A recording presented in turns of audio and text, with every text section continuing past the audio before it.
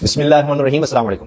مسلم league نون کی سربراہی کرنے والا شریف خاندان، جو خود کو حکمران خاندان کہتا ہے، جو سمجھتا ہے کہ ان سے زیادہ طاقتور کوئی نہیں ہے، اب اقتدار کی ہوس میں وہ سیاسی گڑھا کھودتے چلے جا رہے ہیں اور اپنی سیاست کو اس میں دفن کر رہے ہیں۔ اب انہوں نے ایک اور قدم ایسا اٹھایا ہے، ایک اور حرکت ایسی کی ہے جس سے انہوں نے گڑھا مزید گہرا کر دیا ہے۔ بظاہر اس کو نون لیگ اپنی بہت بڑی کامیابی کہہ رہی ہے، کہیں گے کہ جناب ہم نے کپتان کی جو جیل میں ہے اس کی ایک وکٹ گرا دی ہے، مگر حقیقت میں ان سے بہت بڑا بلنڈر ہو گیا ہے۔ ہوا یہ ہے کہ NA-121 لاہور سے کامیاب جو ہوئے تھے تحریک انصاف کے حمایتی یافتہ امیدوار وسیم قادر، انہوں نے مریم نواز صاحبہ سے ملاقات کی ہے اور ساتھ ہی ویڈیو بھی ایک جاری کی ہے اس ملاقات کی۔ مریم نواز صاحبہ بھی وہاں پر کھڑی ہیں اور جو کھوکر فیملی ہے اس کے جناب اہم ارکان وہاں کھڑے ہیں، اور آپ کو پتا ہے کہ چیف فائنانسر یہ کھوکر برادران سمجھ جاتے ہیں۔ نون لیگ کو کوئی بھی کام ہو، پیسہ لگانا ہو، شریف خاندان خود سے تو نہیں لگاتا، جبکہ یہ کھوکر خاندان سے کہیں زیادہ امیر ہوگا، تو ان سے ہی حتیٰ کہ ان کی ضمانتیں بھی جو ہیں ان کے لیے کوئی رقم چاہیے وہ بھی اسی خاندان نے فراہم کرنی ہے، اور یہ ریئل اسٹیٹ سے وابستہ ہیں۔ خیر، اب جناب ہوا یہ کہ یہ وسیم قادر صاحب نے مریم نواز صاحبہ سے ملاقات کی اور نون لیگ میں شمولیت کا اعلان کیا، اور یہ NA-121 لاہور سے کامیاب ہوئے تھے وسیم قادر۔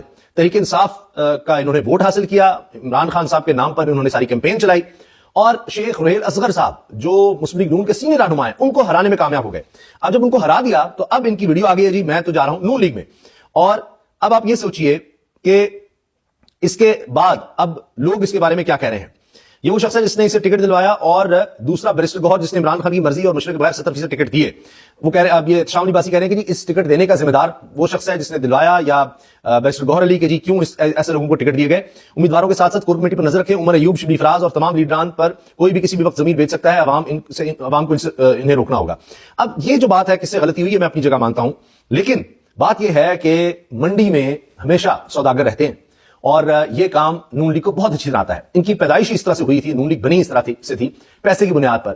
کس طرح انہوں نے جا کر کس کے گھر پر سریا لگایا، اور اس کے بعد کس طرح یہ وزیر بن گئے اچانک میاں نواز شریف صاحب، اور پھر وزیر اعلیٰ بن گئے، IGI بنی، چھانگا مانگا کی سیاست ہوئی، وہاں لوگوں کو پیسہ اور پتہ نہیں کیا کیا دیا گیا۔ IGI میں انہوں نے پیسہ لیا، یہ پروون فیکٹس ہیں، میں خود سے نہیں کہہ رہا، IGI بنائی اس کے لیے پیسہ لیا انہوں نے۔ ابھی پھر جس طرح PDM بنا رہے ہیں نا، پھر سے یہ سب ماضی میں ہو چکا ہے، لیکن اب فرق یہ ہے کہ اب ان کی سیاست ختم ہو رہی ہے۔ یہ سیاست میں آئے بھی ایسے تھے اور سیاست سے جا بھی ایسے ہی رہے ہیں، یہ بہت اہم ہے، بہت اہم ہے، کیونکہ اب جو نوجوان پاکستان کا ہے جس نے آگے اب لے کر چلنا ہے ملک کو، اور سب سے زیادہ آبادی نوجوانوں پر ہے جنہوں نے ووٹ کاسٹ کیے ہیں، وہ ان چیزوں میں نہیں آتا کہ ہم جو بھی کر لیں کچھ نہیں ہوگا، فلاں نہیں ہوگا، نہیں، انہوں نے دکھا دیا کہ فرق پڑتا ہے۔ اب یہ جو لوٹے ہوئے ہیں، اور اس میں ظاہر ہے کہ جسٹس قاضی فیصل صاحب کے فیصلے کا بہت بڑا ہاتھ ہے کہ جناب بلہ چھین لیا، تو اس کے بعد اب ظاہر ہے کہ جی آزاد امیدوار کہلائیں گے، اور یہ پہلے سے پلان تھا، اور اس کا ظاہر ہے کہ تحریک انصاف کو، عمران خان صاحب کو اس کا اندازہ تھا، یہ ساری گیم تھی، کہا جا رہا تھا آزاد بھی آ جائیں گے ساتھ، تو اب یہ کیا بڑی اچھی حکومت چلا لیں گے، شاید کچھ لوگ اور یہ توڑ دیں، زیادہ سے زیادہ بہت مشکل ہے، ویسے 2-4 لوگ توڑ دیں گے، اس سے زیادہ توڑ دیں گے، لیکن اگر یہی بات ہے کہ جناب آپ دیکھیے تحریک انصاف کے لوگ ٹوٹ کے جا رہے ہیں، تو میں آپ کو پچھلے 2 سال کی کہانی بھی نہیں سناتا، چھوڑ دیں پاکستان کی تاریخ۔ آپ دیکھیے کہ عمران خان صاحب کی حکومت جانے کے بعد پھر جس طرح گرفتاریاں ہوئیں، جو کچھ ہوا، ان کی پارٹی توڑی گئی، اس میں سب سے اہم لوگ کون تھے؟ پرویز خٹک اور محمود خان، ان میں ہم سمجھے جاتے تھے کہ جی دونوں وزیر اعلیٰ رہے ہیں، اور جو دعویٰ کیا کہ جناب، اور میں نے خود پڑھا ہے، ابھی تک موجود ہے، ریکارڈ مل جائے گا آپ کو، بڑے بڑے صحافی کہنے لگے کہ جی تحریک انصاف ختم شد۔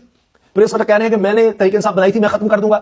جہانگیر ترین نے کہا کہ یہ ساری تحریک انصاف میں نے بنائی تھی، ان کا پیسہ چلا تھا، ان کا جہاز اڑا تھا، یہی تھا نا سب، اور جناب یہ تو سارا کچھ ایسے تھا، اسٹیبلشمنٹ تھی، ہمارا پیسہ تھا، سب تھے، بن گئے، تو بھائی بنا دینا پھر۔ اب کہاں گئے جہانگیر ترین، کہاں گئے پرویز خٹک؟ پورا خاندان ہار گیا، محمود خان ہار گئے، یہ سب ہار گئے، جتنے لوٹے تھے وہ سب ہار گئے، اور ان کا سوشل بائیکاٹ ہوا باقاعدہ۔ کہاں ہے راجہ ریاض؟ بتائیے مجھے آپ۔ عثمان بزدار کہاں ہیں؟ بہت سے لوگ ایسے ہیں جو مجبوری میں چھوڑ کر گئے ہوں گے، لیکن وہ الیکشن میں بھی نہیں آئے۔ فرق حبیب کہاں ہے؟ مراد راز کہاں ہے؟ بتائیے نا مجھے، کہاں لوگ یہ گئے؟ سوچیے ذرا ان کا کیا حال ہوا۔ اچھا آپ کہیں گے جی چلو اس نے سیاست ختم کر لی، پیسہ تو بہت بنا لیا ہوگا۔ بھائی اس طرح کے لوگوں کے کام پیسہ بھی نہیں آتا۔ اب یہ کیا سوسائٹی میں آ جا سکیں گے؟ اپنے ووٹر ہزاروں انہوں نے ووٹ لیے، چلو عمران خان کے نام پر ملے ہوں گے، ان کو کسی نے کیا دیا ہوگا، لیکن اب کیا ان کا سامنا کر سکیں گے؟ ٹھیک ہے، اچھا یہ بات بھی ہو رہی ہے کہ جی یہ بھی گرفتار ہوئے تھے یا لاپتہ ہوئے تھے، اور اس کے بعد یہ ہوا ہے۔ یہ حماد اظہر نے اس طرح کی ٹویٹ بھی کی ہے، اور اب آپ یہ دیکھیں کہ اس پر اب عارفہ نور صاحبہ ڈان اس میں پروگرام بھی کرتی ہیں اور کالم بھی لکھتی ہیں، اور کہتی ہیں جی ووٹ کو عزت دو۔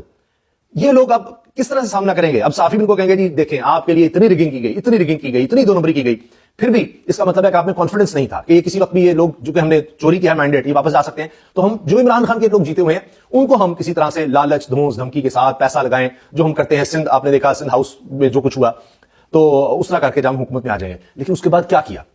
سیاسی کالک کی ملی اپنے منہ پر، سیاسی طور پر کیا ہوا؟ آج یہ کیا PDM کا جو دور رہا اور ایک دوسرے پر ڈالتے رہے کہ جی اتنا برا دور تھا پاکستان کی تاریخ کا، یہ پیپلز پارٹی کہتی ہے، بلاول صاحب کہتے رہے کہ جی وہ بہت برا دور تھا، بربادی تھی، آج پھر اسی کے فارمولے طے ہو رہے ہیں۔ تو مجھے بتائیے کہ کس طرح سے یہ ملک کو چلا سکیں گے پھر آپ؟